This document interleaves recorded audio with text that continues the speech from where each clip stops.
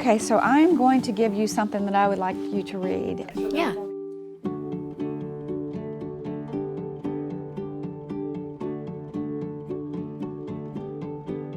I'll give you this and let you just read that from the get-go. Dear Greenville, when I was around 6 or 7 years old, I lived in a regular neighborhood. I went to Mitchell Road Elementary, and I lived with my mom, dad, and brother. The classic four-person family. We looked perfect on the outside. What you didn't know was my dad was abusive, constantly beating us for no solid reason.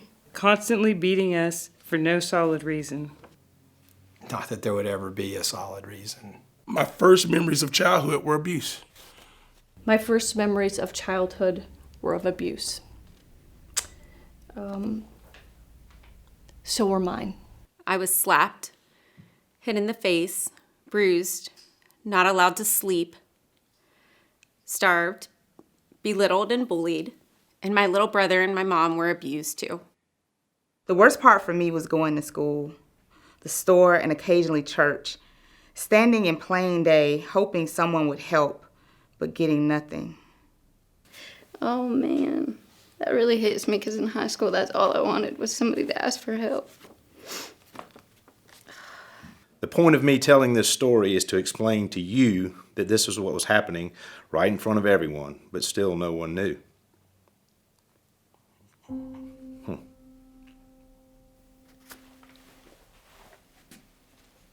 Dear Greenville, now you know. But what if I told you it's not just me? Did you know that 1 in 4 women experience domestic abuse? That's a staggeringly bad number.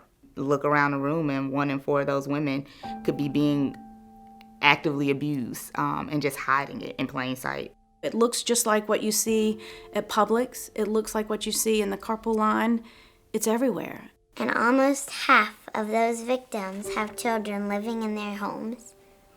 And those children are 4 times more likely to be abused themselves. What if I told you that Greenville County is the worst in South Carolina for abuse? That's something we should all be ashamed of. It makes me mad. It makes me upset. And it makes me wonder what we're doing. How are we trying to fix that? My first happy memories began in a safe harbor shelter. My first happy memories began at a safe harbor shelter. I learned how to ride my bike in the parking lot on a hot July afternoon with a couple friends. With a couple of friends that I made while I was there. I enjoyed my first proper Christmas in the shelter. We made hot chocolate, played in the snow, and got blessed with the most amazing presents. I'm not just talking about the physical gifts. But they gave us their spirit when ours was ruined. Safe Harbor fully lives up to its name. Today, I'm a freshman at Greenville High with goals and passions that even the atmosphere can't fathom. Because of Safe Harbor, I didn't let my past journey define me. Most importantly, I'm happy and I know what happened in the past is preparing me for an amazing future.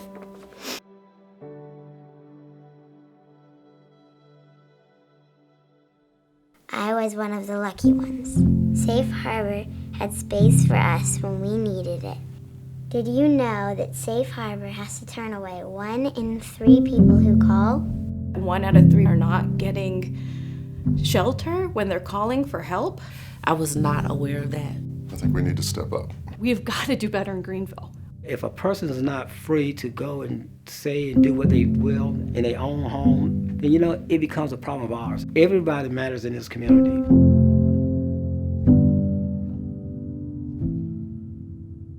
Of all places in the world, we have the resources to deal with that. There is that piece in this community that I haven't seen anywhere else. All it takes is an ask. By you sharing that with me and others in our community, we can fix that almost instantaneously. Greenville, South Carolina. Greenville, South Carolina. Greenville, South Carolina. South Carolina. Greenville, South Carolina. I live in Greenville, South Carolina. This is home.